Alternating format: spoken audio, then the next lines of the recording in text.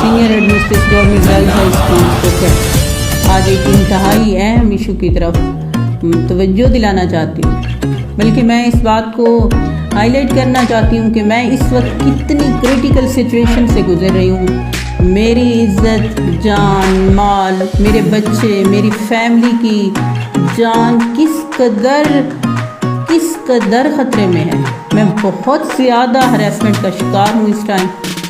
یہ اس طرح کی سٹوری ہے کہ تقریباً 13 کروڑ 34 لاکھ روپے کی رقم ہم سے لی گئی ہے، جو سی ایم صاحب کے قریبی خاندان کے معزز لوگوں نے ہم سے ہراسمنٹ کر کے، بدتمیزیاں کر کے، جھوٹ بول کر، جعلی آرڈرز، فیک آرڈرز، روز کی نئی دھمکیاں، بچوں کو اغوا کرنے کی دھمکیاں، بدتمیزی اور پتہ نہیں کیا کیا اس سلسلے میں کر کے اپنی خاندان کی عزت کو برباد کر کے، ہمیں ہر طرح کی وہ کر کے، جس میں یہ قیوم گلزار صاحب ہیں، سی ایم کے قریبی بڑے ہیں جن کا میں بعد میں نام لے لوں گی آپ کے سامنے، اور صلاح الدین بھی اس میں شامل ہے، ایک نیاز گلزار صاحب ہیں۔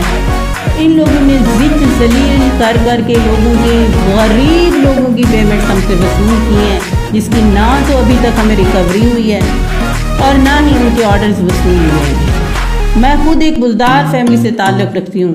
ان لوگوں نے یہ قوم کی بیٹی کو جس طرح سے مس یوز کر کے ہمیں اس سٹیج پر لا کھڑا کیا ہے کہ ہم ذلیل و خوار ہو کر، زچ ہو کر، میں لاہور سے آج واپس آئی ہوں، ابھی اس دفتر میں موجود ہوں۔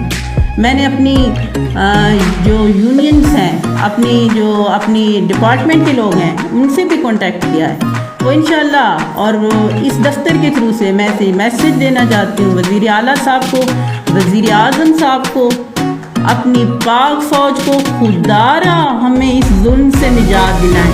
ہم متاثرین کا کیا جواب دیں؟ کہاں جائیں ہم؟ اتنی ہیوی اماؤنٹس ہم کہاں سے دیں؟